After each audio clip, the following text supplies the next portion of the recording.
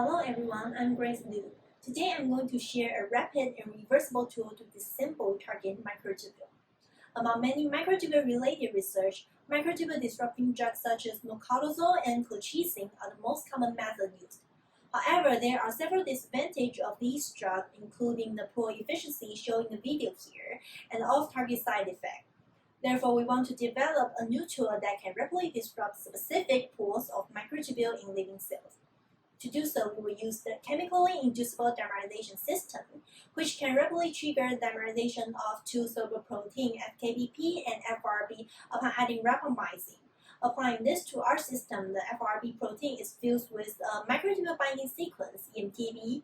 On the other hand, we fuse the FKBP with an engineered microtubule severing enzyme, Sebastian. And by introducing the triple glutamine mutation, Sebastian 3Q could freely diffuse in cytosol and would not spontaneously cleave the microtubule. Only by adding rapamycin, we can trigger the rapid recruitment of Sebastian 3Q onto microtubule, then further induce the microtubule disassembly. As you can see, we have successfully induced the rapid microtubule disruption in living cells, which is even 9-fold faster than the conventional drug treatment. Also, recruitment of the anti-death Sebastian to not disrupt microtubule can serve as the negative control. In addition, compared to the incomplete microtubule disruption by noctolizole treatment, Sebastian's system can completely remove almost all microtubule, including the acetylated microtubule.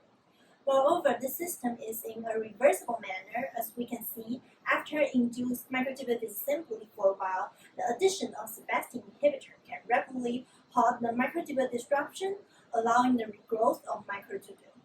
Besides the cytosolic microtubule, we also can disrupt specific microtubule-based structure, including the primary cilia, mitotic spindle, and intracellular bridge by using different microtubule typing sequences. Besides the chemogenetic system, we also apply the Sebastian 3Q to another optogenetic system by a similar principle.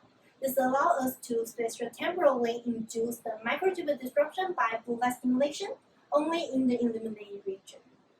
Taking advantage of this tool, now we can evaluate the morphological and dynamic change in different organelles upon microtubule disruption.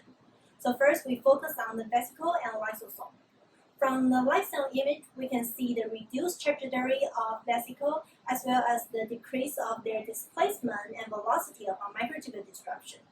And the lysosome movement also showed a similar result. So taken together, microtubule disassembly would impair the vesicular and lysosome trafficking.